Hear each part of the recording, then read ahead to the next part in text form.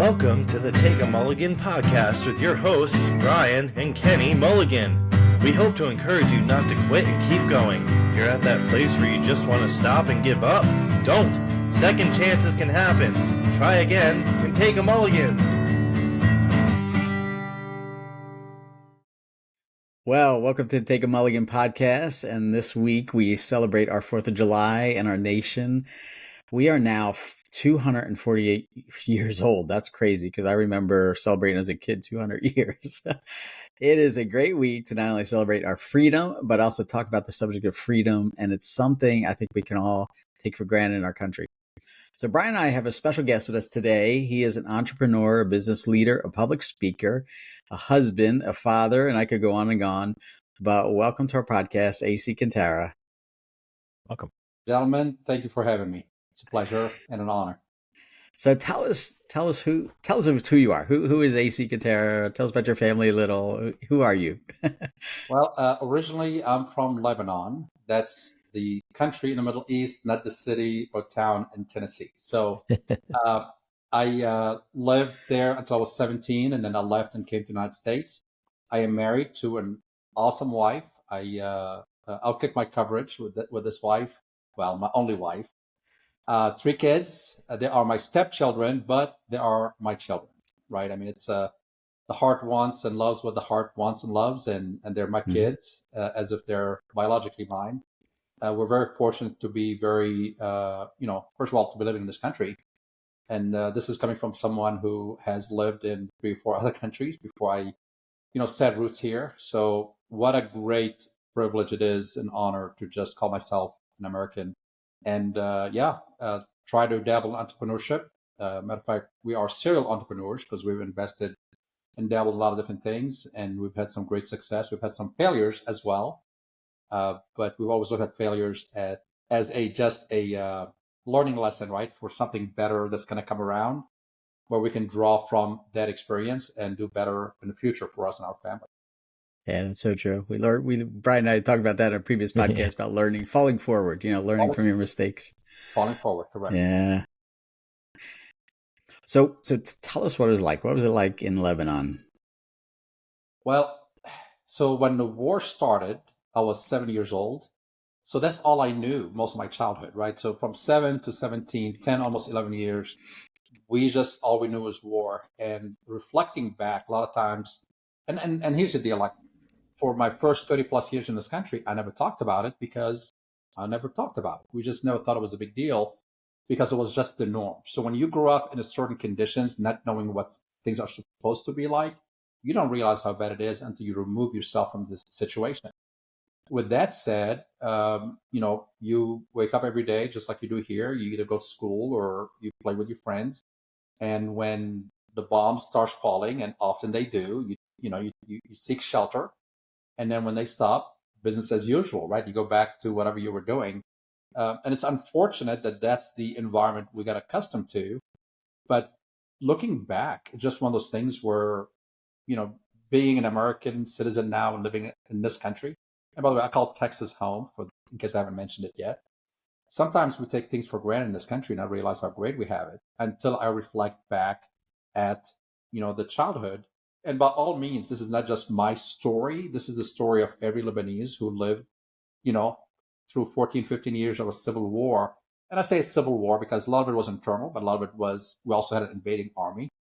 So we didn't know any better back then. We know better now. And it just gives me this extra level of appreciation to what this country has to offer. And what years are we talking about that war was going on? It started April 13th, 1975. Okay. That tells you how old I am. I'm 56 years old, by the way. So it was 7. And I remember it as clear as day. I remember when our house got surrounded. And the reason is my father was a man of influence back in the day. And he was a great entrepreneur. He was a philanthropist. He did a lot of good. But he also had a lot of influence. And when you have influence in places like that, those that are opposing your ways of life will probably look at you as a target. So I remember it very clearly as if it was yesterday. But again, when you're 7, you don't really have a clear understanding on what's really happening until you pause later and reflect back at it. We're very fortunate to have been able to, get out and escape when we did. So when you talk about some of the experiences you had with the bombs going off and, running into shelters and just kind of normal life, I believe you shared a story, I think, with Kenny about being in a bunker for 100 days. Give us a little glimpse of what that looks like or what that was like for you. So the interesting part is, and here's the deal. Again, just about every single Lebanese person has endured what I'm sharing with you, right? So this is not a woe is me type conversation. And again, this is the first time I've actually told that story since it happened. Again, because those things just happen, you just endure, and then you move on with your life. And a little bit about the Lebanese history is that Lebanon is one of the only countries on the globe that has been burnt to the ground and rebuilt by its own people 8 different times. Wow. I mean, just imagine that. So the Phoenician blood is quite resilient, and they have a high level of grit, and they don't allow things to keep them down for too long. And honestly, you don't see that many Lebanese people that don't do well and don't have grits, because century after century, decade after decade, there's always been some invading army. Lebanon has never invaded a single country ever. And if you look at the map, you look at the size, you understand why. With that said, we are very proud of our heritage. But coming to this country, I've always looked at it as you take the best of both cultures and you make them into one. And what I love about our family and our kids is that we have combined the best of both cultures. And you got to be intentional with that, right? We can bring a lot of the baggage with us of the bad things that happen, or we can look at them as a learning lesson. Does that answer your question, Brian? Yeah. Was there certain experiences with that whole individual experience there with the bunker? Well, yeah. So, all right. So I'll make it brief. And again, I shared it briefly with Kenny. So the reason I told the story, because I was bragging about our kids. So we have 3 teenagers, and I'll tell you this, Brian, and I shared that with Kenny. In almost 2 or 3 years now, I've never heard him complain once about anything. Now, what are the chances of having 3 teenage kids that never complain? It's almost not very likely. But we didn't realize, my wife and I didn't realize how good they were. Now, there's a lot of effort that takes into it, and a lot of it is, we have boundaries, as we should. They all volunteer in church. We've taken them on mission trips to third world countries, so they'll see how the other side lives. They do gratitude journals. But every once in a while, when they used to bring up an issue that they complained about, and I recall clearly my age between 7 and 17 living at war. So a lot of times they used to say it's not fair for them, because they could not complain without me saying, let me tell you what I was when I was good. So at age 14, when the summer started, the enemy, the invading enemy, started bombing the Christian area where we lived. So when that started, we went to the bunkers, because that's what you do. So our building, 7 or 8 stories, we had about 70 people in this underground bunker. And what it was the 1-bedroom apartment that we converted into a bunker because it was the safest place to be. Now, every single Lebanese family during the war has spent a lot of time in their underground bunkers, because that's just what they did. So it was not a big deal. You go there, and of course, that one was called the 100 Black Days of Summer. And my brother Hamid and I were talking about it, and him and I have 2 different reasons why we thought it was called the 100 Black Days of Summer. I thought it was called the 100 Black Days because we spent 100 days underground with no windows and no electricity. We had barely an hour of electricity a day, no running water. And imagine, 8 families plus living in a 1-bedroom apartment that's barely 700 square feet with 1 toilet, and you can only flush the toilet once a day because we didn't have enough water. It just, Wow. And that was for 100 days. And every day we're like, maybe today's the last day. Maybe tomorrow's the last day. And it went on and on and on. There wasn't even enough room to sleep, but we were fortunate we were alive. And we spent most of our time playing and praying, because that's what you did. What else are you going to do, right? You pray to God that he will look after you and your family, and you play games to keep you entertained. So, and I say it's not fair for my kids, because if they come to me and say, whatever, that's not fair, that their room is not big enough, or they don't have the special shoe, then I kind of share with them some of those stories, and I keep it very, very clean. I don't get into a lot of the details, because listen, anybody who's been to war, it's pretty dark, it's pretty bad. And, kids don't deserve to be bombarded with too much negativity. So I just keep it very, very, superficial, but it's enough for them to get the message. And of course, they got to a point where they realize how fortunate they are. And let me tell you, when children and even adults are grateful, suddenly more positive things happen in life. When you're positive and your vibration level is in a good place, you attract more positivity, you attract more success. So yeah, that's why I was bragging about the kids. It's just amazing that they have turned out so good, and they're just barely scratching the surface, and they're all teenagers now, 14, 16, 17, and they do chores. They have, and by the way, we don't pay our kids for chores. Again, that's not part of the subject here, but if you're a parent, you listen to me, I'll tell you this. Kids, they're part of the team. And when my kids say, oh, such and such, the parents give them allowance to take out the trash and do the laundry and whatever. I was like, well, you can move in with them, or you can be part of the team. When you're part of the team, you do your part. And your part is, when it's your turn to take out the trash, you take out the trash. That's what a good teammate does. So now they just know, and they know the expectations. Plus, not to sound horrible, but if I'm paying my child to take out the trash and wash the car and do the dishes, does that mean I want them to grow up to be a dishwasher and a car washer? No. The only thing we pay them for is to read high-level books that we have to approve. And that's a trick we've learned a long time ago, is that if any of our kids want to earn money, we ask them to pick a book that adds value to them. We have to approve of it, and we pay them whatever the price tag of the book is. Let's just say that all our three kids are great readers. They love to read, and they do exceptionally well in school, and they're way ahead of their years as far as the maturity level. So, a little trick that worked great in our kids. And I figured I'd put it out there in case other parents want to. That's a great trick. I wish I had learned that 20 years ago or 25 years ago. Motivation to I wish read. I had that when I was younger. So, yeah. I'll tell you though, here we are, get off of parenting for a second, but I have found, because our kids are all out of the house, and I have found, like, you always think what's going to be the best phase of parenting, and I have found so far the best phase of parenting is the adult children. It is so cool having an adult, and Brian's just getting into this with his family, but it's so cool to have your kids as now your friends now that they're adults, and I love this phase of life. Yeah, well, we're not there. We're not at the friends. You're not there yet. No, they're teenagers. My wife is. I'm sorry, my wife. Some of us can be friends with the kids. Some of us, meaning me. So I try to be their buddies, but to an extent. Yeah. And here's the funny thing is, I'm harder on the boys than I am on my daughter. And my wife is harder on her daughter than she is on the boys. So a lot of times and again, we have great kids, but I've noticed it's like, why is that? Because I want my boys to grow up to be men. Mm-hmm. And as we all know, this generation is a little softer than some of the previous generations. And I'm not going to allow my kids to be soft. So sometimes I feel getting a little, firm with them. It's just part of the rite of passage to become a man, and they're almost there. 17 and 14, they're both athletes, and they do very well in school. They do very well at home, but every once in a while, you still gotta make sure that they grow up to be tough. Yeah. Now, hey, you said something back with the bombing, going back to the bunker a little bit, and those times in the summer.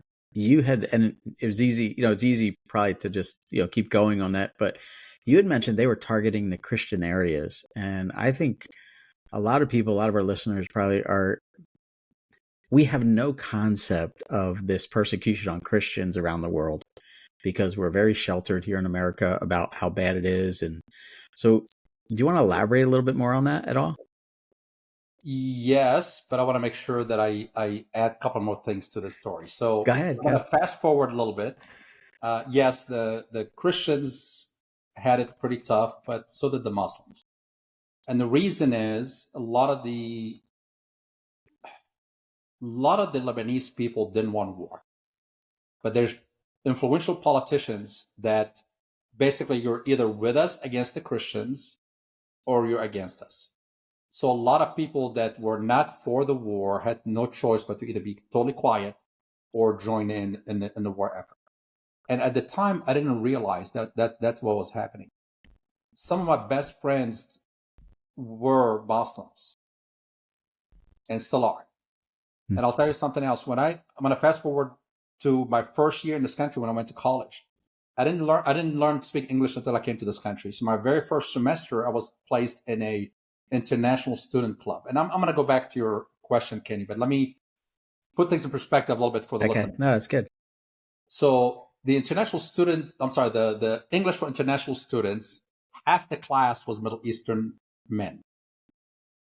The guy in front of me was from Syria. That was the invading army. He was also a male of fighting age. The guy next to me, other side, was a Palestinian. And on the other side was a Shades and from Lebanon.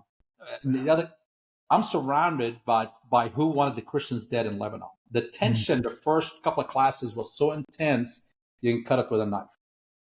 And then I got to know those guys. And by the end of the semester, it's insane. We became like best friends. We start hanging out together, breaking bread together, sharing family stories. And what it dawned on me, Kenny and Brian, is that they want what I want. They want peace. They want freedom for their families. But they're all victims of dirty politicians that are overtaken by greed. And by the way, we're seeing this in this country now, aren't we? Yeah, we are. And the lesson that I want to share with people is learn from the history of what happens in the other world. All families, whether Christians or Muslims or none, everybody wants to live in harmony and peace, and they want their best for their children. We, as a country here, I tell people, make a stand against dirty politicians. Don't allow them to be the puppet masters, manipulating your emotions and your feelings by creating divisions because somebody's different. And don't jump to conclusion assuming that the politician is telling the truth when he tells you it's this guy's fault, it's the Christian's fault, it's the man's fault, it's the woman's fault.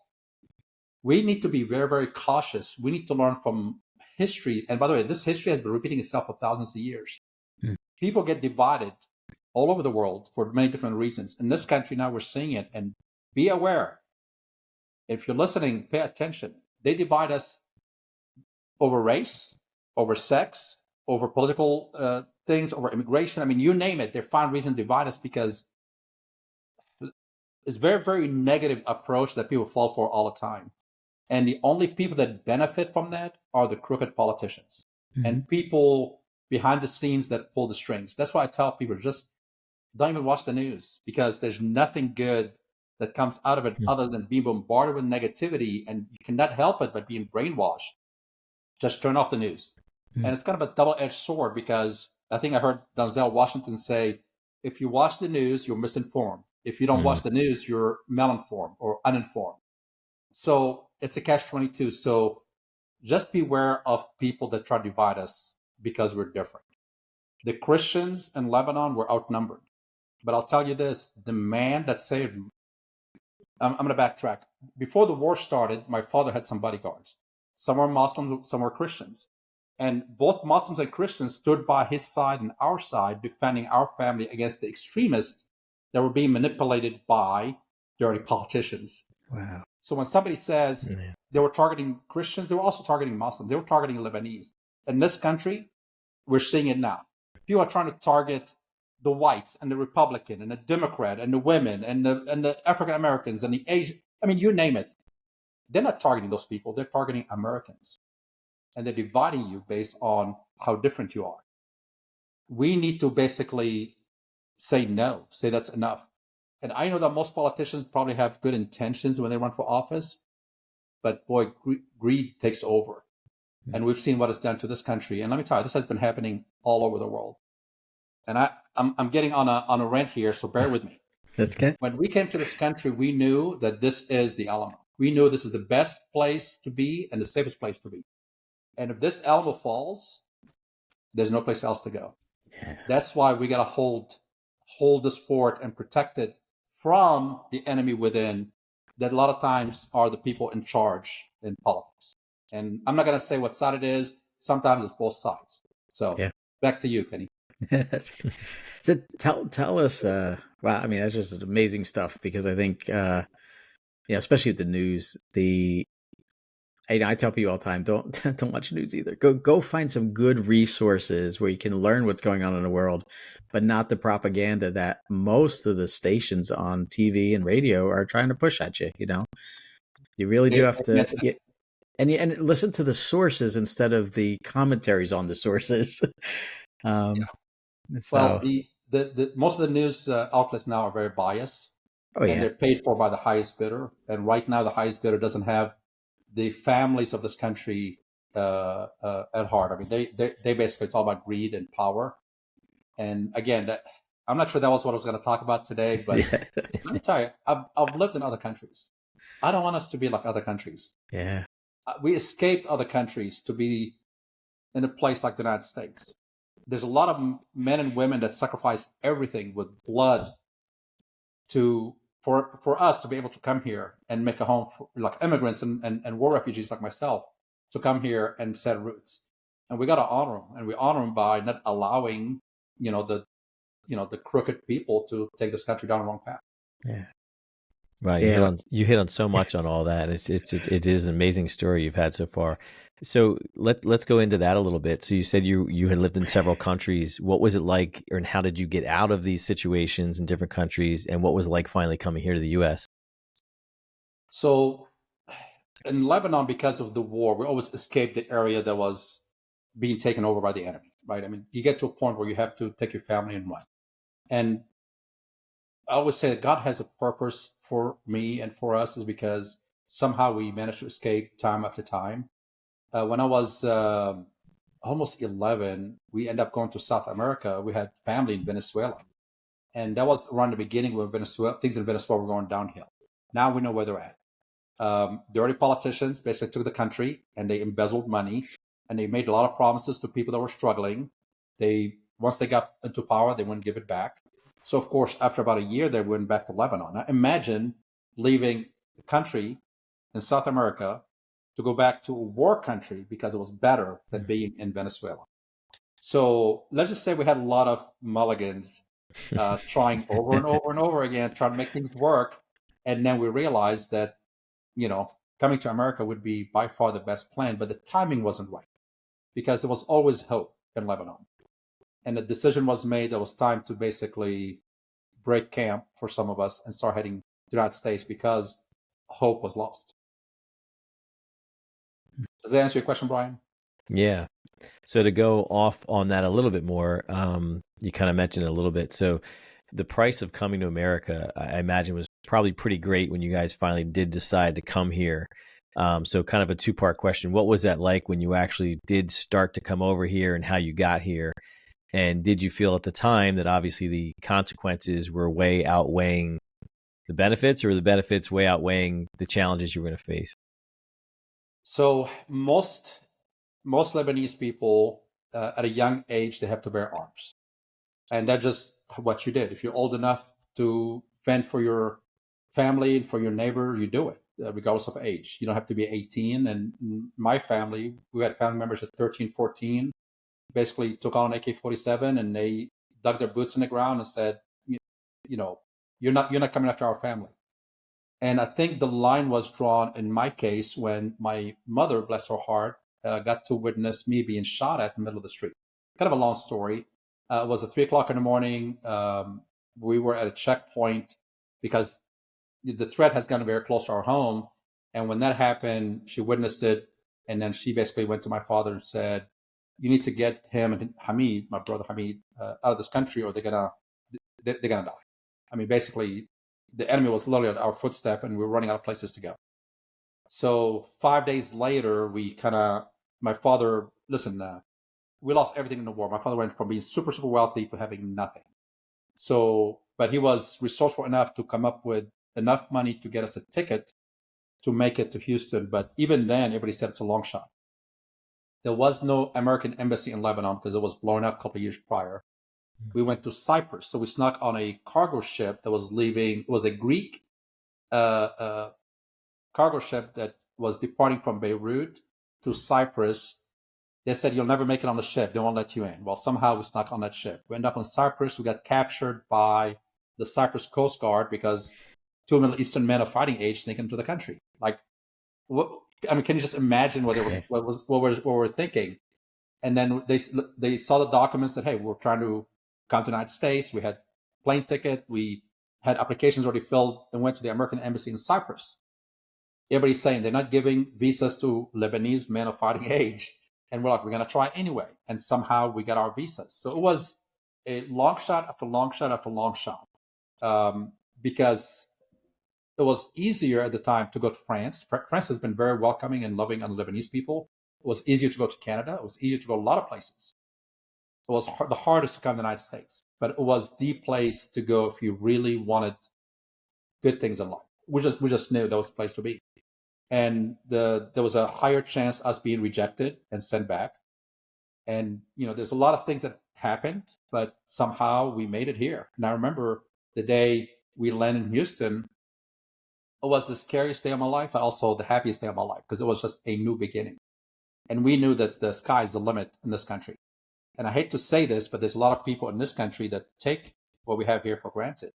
I know I won't, my family won't, but we have it so good here, that so much so that people will take it for granted, and it's a shame. Not everybody, but some. And if you fail in this country, yeah, you're going to fail anywhere else you go. So it was a long journey, Brian, but coming here was worth every sacrifice we made. And by the time I made it here, I had $200 in my pocket. My brother had $300, and we had to figure it out. We had family. We had some family here, so it made it a little easier. But let's just say we went very hungry the first couple of years. Wow. You have such an amazing perspective on that. And I've been fascinated as we've had, some of these own immigration issues in our country, and just your perspective, I think, is so important. And I wish we had more people that could, interview people like yourself, just to get a better understanding of what immigration should really look like in our country, what you go through. You talk about this fighting age, right? And how much we keep hearing that about some of these immigrants that are coming in currently that, are of fighting age. And your perspective on that is just so real. And we don't understand any of this. You're talking about bunkers. You're talking about, it was normal to go down into a bunker for 100 days. It's so unrealistic to me as an American, because I take it for granted. I live in this country and still take my freedom for granted. So I really appreciate you explaining all that to us. So based off of that topic, can you give us a little perspective? Again, we don't have to get overly political here, but just curious, as an immigrant that came in with a lot of challenges, do you think there's something different that we should be doing or handling this situation differently based on yourself and other immigrants and family members that have come over that way and came through the right way? Are you talking about what's happening on the border right now? Yeah. Again, as an immigrant that came in here, you obviously came in here, found your way in, and we have a very different situation going on. And just for the record, my brother and I came totally legally. We applied for a visa in Cyprus. We were actually in line around the American embassy for 3 days and nights just to get our foot in the door. And everyone was being rejected. That day they gave visas to 3 people. Hamid and I were 2 of those 3. The other one was a woman that was marrying a Marine that she met in Lebanon, which when you get married, that's almost automatic. So we feel very, very fortunate, like God was looking after us. So we did it by the book. We did it legal. I'm not necessarily a supporter for coming across the border illegally. There's better ways. With that said, the reason we're having problems, and by the way, I don't have the answers. I don't think anybody has the answers right now. But the political issues, the border issues is nothing new. There's always been border issues. I think right now, again, I sound like a broken record here, so excuse me as I repeat myself, but politicians use the border issues and immigration as a political card to divide people even more. And they're encouraging people to come to the border with false promises so they can point a finger and wave a warning flag as a way to divide Americans, because there's a lot of Americans are pro-immigration and there's a lot of Americans against the kind of immigration. And there's a fine line there. My recommendation is, if we can keep politicians' hands out of the border and out of immigration, and let the system that has worked well, and I know because I've experienced it, because ultimately you want the cream of the crop to come to this country, and you want the people that are truly in need to come to this country. You cannot open the doors for everybody.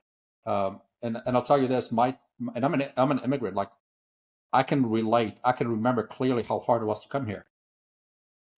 With that said, the infrastructure cannot handle too many people coming through the borders. And by the way, there's something called the green card lottery. I'm not going to have too much time to get into it here, but I encourage anybody listening to Google green card lottery and see how the United States allows 50,000 50,000 people to come legal to this country every year, not across the border, but just by applying the proper way. And they make it to where it's very diverse, where people from almost every country in the world, except a handful of like socialist countries and so on, where they allow people to come to this country and get a green card. And that's a great way to allow people to come here that are the cream of the crop of the world to come here and make this country better and contribute to the infrastructure. Nobody hears about it because why would a politician who's trying to move up in their world wants to brag about something good that the government does? They don't. They won't. So look it up. Green card lottery. It's a great thing. I have many friends that applied through it, and I have a relative that actually got their green card that way. I was a little jealous because it took me 13 years to get my green card. It took them a year. Wow. Oh, wow. They were both legal. It's just, you just have to trust the process. And the process is there for a reason. We want the cream of the crop to come to this country so they can add value and contribute right away. And then, because we cannot take care of everybody else's problems. We already do a lot for the rest of the world. The infrastructure cannot handle it. It's not fair for people like yourselves and myself to carry the load of everybody. You help as many as you can, but you can't help them all. And again, there's systems in place. I just say, keep the politicians' fingers. What was that line by Henry Fonda? Keep your dirty paws off of me. Right? Yeah. Politicians Dirty need to Harry. keep their dirty paws off those policies that have worked for decades and for generations. And by the way, there's always room for improvements. And yes, you're right. It's not fair to have cages to put people in. But guess what? There's cages in every city and every county called jail for people that commit a crime. I'm not saying it's okay, but what do you do with tens of thousands of people coming in and you have no place to put them? At least there, they have shelter and food until the process. It's a nasty situation, and it's an endless, bottomless pit. Let's just keep politicians' balls off immigration. Let's focus on what's best for this country, because we're no good to anybody if this country collapses. Yeah. So hitting back on that, our country, we're an experiment. We really are. A 200+ year experiment. Will this work? And I think we might be the generation that really puts it to the test, but we haven't lived through all of those 200 years. So that's really hard to judge sometimes. Yeah. But here we are celebrating our independence and our freedom.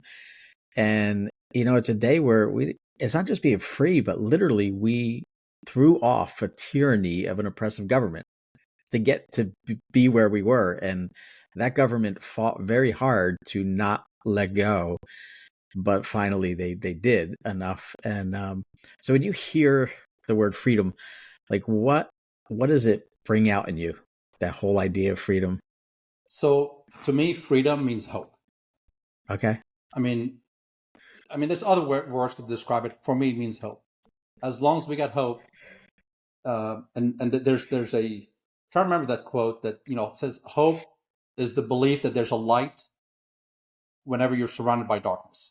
In this country, regardless where you're at, because we've been to the bottom, but we had hope and kept us going. The reason we left Lebanon and went through serious hardship and could have died along the way, because from our home to Beirut where we're going, there was some snipers along the way, and people said, it's too dangerous, the kids won't make it. Well, we were willing to do it because we lost hope. Tyranny, it got to a point where the people in charge, I think it was King George at the time, it took hope away. So people got to a point where they had to make a stand. So freedom and hope to me go hand in hand.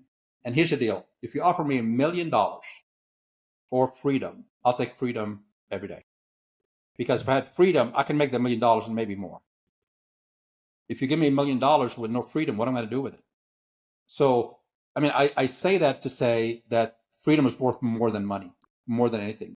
Having freedom, having hope that, my kids have a good future in this country. If I lose that hope, freedom means nothing. So to me, I would say hope. Wow.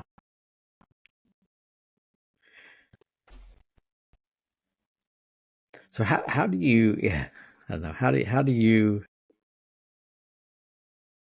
deal with some of this tension? And maybe we'll even get into Christianity here a little bit, but how do you deal with this tension right now? Because we are living in a country where it is so tense, and the whole idea of freedom is, I don't know about you, but like I feel and maybe I'm more aware, but I feel like our freedom is on the line more than it ever has been. Correct. And again, goes back to we need to be very, very careful how much power we give certain politicians and certain people, because it is in their best interest to divide us. Again, united we stand, divided we fall. And um, evil has gotten to a point where they don't hide their agenda anymore. And we've seen it in Lebanon, we've seen it in South America, now we're seeing it here. And I think there's been a bit of a turning point the last couple of years in this country where people are more aware than ever. So individually, not a whole lot of us can do a whole lot, but as a nation, as people, with and luckily we still have the right to vote. And if that goes away, I don't think that's going to go away.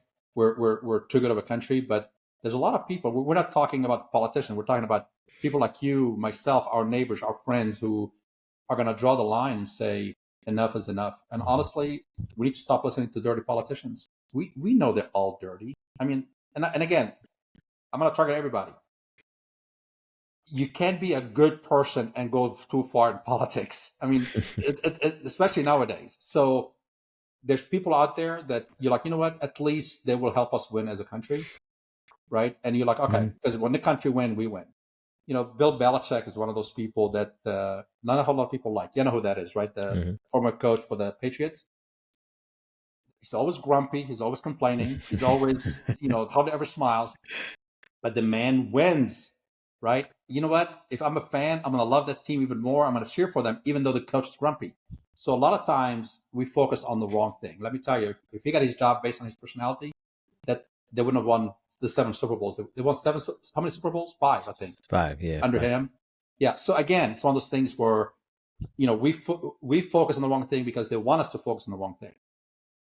Let's focus on who's going to help us win, families win, families put food on the table, families be able to put their kids through college and more and have like a good retirement versus somebody's personality. And I'm going to stop it there because I don't want to get too into the political aspect of things, but we are too good of a country to allow us to be manipulated like this. And there's a lot of foreign powers now that have a lot of power in this country through the politicians. Yeah. We need to be very careful.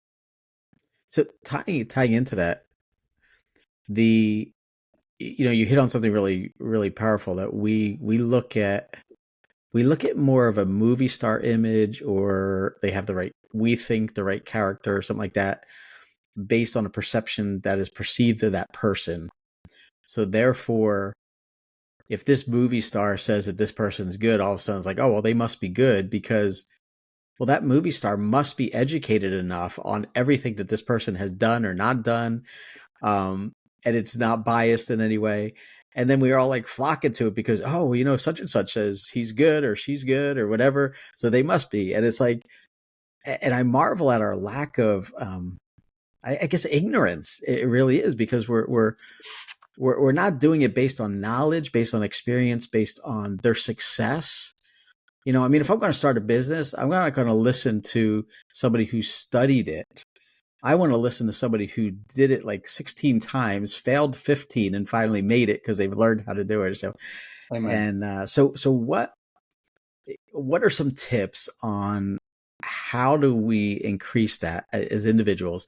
I know we had talked about this thing called Mobile University when we were chatting. So tell us a little bit more about some of the ways that you like to learn and to get past that so that we're not ignorant.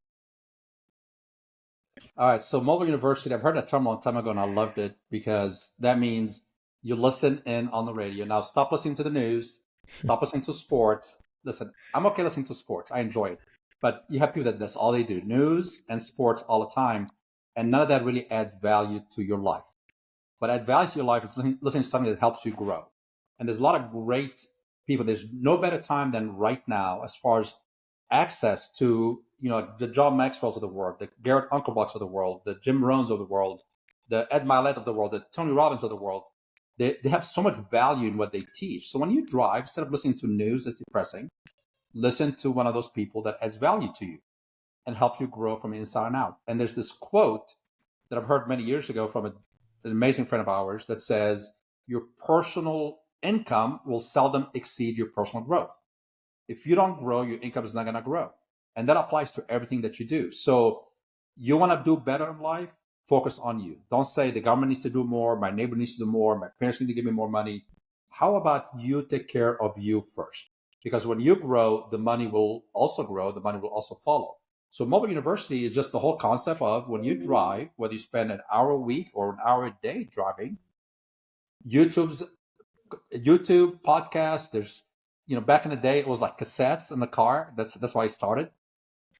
And I'm going to tell you, I'm going to share with you a story that I haven't shared with you, Kenny. Do you mind? Do you have a minute? Oh yeah, go. Yeah. Yeah. So thanks to this company called ID Life that you and I met through, and Brian met through. They had this thing where you participated. They were doing a fundraiser for a gentleman by the name of John C. Maxwell. C. Maxwell, you don't know who he is, look him up and listen to him the way I have. He's written books like the 21 Irrefutable Laws of Leadership, the 17 Laws of Growth, 15 Laws of Growth, 17 Laws of Teamwork, some amazing, amazing principles that will help you. He calls them laws, not principles, but they're laws that will help you succeed no matter what you do. So, well, I had the opportunity to play golf with John Maxwell. He was on hole 13. Oh, wow. I'm sitting there with John freaking Maxwell. And listen, there was 4 of us. And when you play with John Maxwell always tees off. And by the way, I got pictures to prove it, because when I tell people, oh yeah, I got to play golf with John Maxwell, they're like, oh, there's no way you played golf with John Maxwell. So then I'll show them the pictures. So, and John Maxwell is one of those people that he is just as caring and loving, charismatic behind the scene that he is on stage. That's why I'm a huge fan, because there's a lot of great people that get on stage and they sound amazing, and then you meet him backstage or on the golf course or whatever. By the way, I'm by no means a golfer. I'm horrible. But when you have an opportunity to play golf with John Maxwell, you play golf with John Maxwell. So that man has really impacted my life in a tremendous way. He's the type of people you want to surround yourself with. So I'm sitting there and I looked at John Maxwell and asked him, and I said, hey, do you mind if I share something with you? He said, sure. And I said, about 30 years ago, I was hiding in the back of a container ship, sneaking out of a war zone in the Middle East. And today I'm playing golf with John Maxwell. And he's like, at the time, and by the way, I don't usually talk about those things. At least now I am, because my wife keeps saying, there's a lot of lessons that people can learn from your experience. So you need to share more. And by the way, I want to thank you both for the opportunity to share my thoughts, hear a little bit of my story. Sure. But so John Maxwell was very intrigued by what I say. He goes, what do you mean? And I said, listen, I got to play golf with John Maxwell, because of John Maxwell. And he was like, what do you mean? Well, I shared with him how reading his books and listening to his audio tapes helped me grow. And when I grew, I started having success. When I had success, I started moving up in the world. When I moved up in the world, now I get to play golf with John Maxwell. So I got to play golf with John Maxwell because of John Maxwell. And of course, he said, he just made my, anyway. And let me tell you, he was so sincere. Well, since then, I got an opportunity to rub elbows with some amazing individuals that I've always looked up to. But you get there for me and for many, through what I call mobile university. Start listening to people. One of his laws is the law of the inner circle, one of John Maxwell's laws. Mm-hmm. And basically, I have it here written down somewhere. I'll have to find it. But basically it says, let's see. Sorry, I had some notes written down. But basically it says a leader's potential is determined by those closest to him. So an individual's potential is determined by those closest to you. So the law of the inner circle, surround yourself by people that have what you want, whether goals or achievements or whatever it is. Well, if you were like me, who barely spoke English when he came to this country, he had no connections, no contacts, nobody. How do you do that? Well, mobile university. You start listening to them, and slowly you get better, slowly you grow. Eventually, you start attracting those kind of people. You start moving up in the world, having more success. And when you have more success, people that are successful will be attracted to you as well. So again, mobile university, it's free, it's available. If you have a phone, an iPhone or whatever, you'll be able to listen to it. And there's plenty of great ones. And again, John Maxwell, Ed Milet, Garrett Unkelbach, he's a rising star right now on podcasts. Look him up, The Impossible Life. Former Navy SEAL, great entrepreneur, great individuals. I'm proud to call him a friend. And I've been watching him grow and help people by the thousands and thousands. If you get a chance, tap into him as well. Wow, that's awesome. I love that whole concept. I have to say, probably since the time I joined up with ID Life, we're all together in the same company. That's when it really hit me of this whole mobile university. I never called it anything. I just started seeking more knowledge on personal growth and development, listened and read a lot of John Maxwell stuff, and some others that you mentioned as well. So that was one of my questions was, who are you listening to? So thank you for that input there. And I do think it's amazing when we think about this topic of freedom, and we have this freedom to hear all these things. There's other countries that don't have access to the stuff we do. So how amazing it is that we have this freedom to just turn on any podcast or any YouTube video to learn from it and be mentored by it. So I actually consider some of these guys I listen to my mentors, even though I don't know them personally. Yeah. Yeah, but you stay on a track, you end up meeting those people. And better yet, you're becoming those people. And here's the deal. I've known Kenny probably longer than I've known you, Brian, and I've seen your growth over the last few years. And here you are now becoming the type of people that adding value to others. And people listening to podcasts such as yours is part of the Mobile University. They got to listen to the guests. Mm-hmm. And you may not agree 100% with people, but you take the meat and potatoes, put away the bone, right? Take the good, and whatever you don't agree with, that's okay. Just take the good. You can't shut somebody off completely because you disagree with one point of view. So, Brian, I'm proud of both of you and Kenny, what you've done. And I know you do this. Thanks. I know there's a lot of effort doing this, and you're helping so many people. So, hats off to both of you. Well, thank you. Yeah, so go ahead. Go ahead, Brian. You gonna say that? No, go ahead. I would say, so we obviously have a connection through a company that we work with, and it's very unique. And I know we could spend a lot of time talking about that, but I think people do need to hear of, let's say, non-traditional ways of making a living in this country, because we get stuck in a very, I don't know what you would call it, a mode, let's just say, that this is the way you're supposed to do it and all that. So can we have you back on here and talk about that? Because I think it'd be great to talk about that type of a company. Yeah, man, I'm just honored that they would have me on here. Matter of fact, I'm surprised they would ask me to come back, because I know, definitely, sometimes. But as you can tell, I'm very passionate about helping people do life better, which happens to be the motto of the company that we met through. And again, this is one of those companies, and I call it, it's a personal growth company with a paycheck attached. Right? So, absolutely. Gentlemen, I'll be honored to come back at a future time. That'd be great. We love that. So as we're wrapping up, as we like to do on the show, if you want to just share a couple minutes, and then we'll let you go. If you could just share with us a mulligan that you've taken. Now, you shared a lot of your story, and we appreciate that. But if there's something that you could think of that was something that you definitely got to do over in life on. Man, I cannot help but keep thinking coming to America. What a mulligan that's been. Listen, there's unlimited, when you live in this country, there's unlimited mulligans. But the one that set everything on the right track was coming to America, and that birthrights that the Americans have, that were born and raised here, that comes with it, don't waste it. The freedom to accomplish greatness is insane. So I would say coming to America got to be my biggest mulligan ever.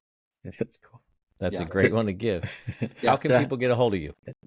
I'm on Facebook, AC Kantara, or I'm not sure if you're going to post my email address with my bio, but yeah, we will. We'll post stuff in here in the notes. Yes, I do some public speaking in like churches and small groups and so on, and I do a lot of inspirational type talks. So, and honestly, like I've been doing a lot of them locally for no cost, because I get a great deal of satisfaction just adding value to others. People in this country welcome me and my family with open arms, and the least I can do is return the favor. So reach out to me on Facebook or by email. Sounds great. That's great. Thanks so much for being part of our podcast. It's been great having you on here. It's been a pleasure, gentlemen. Look forward to seeing you guys soon. And I guess we'll say Happy Independence Day to all those listening out there.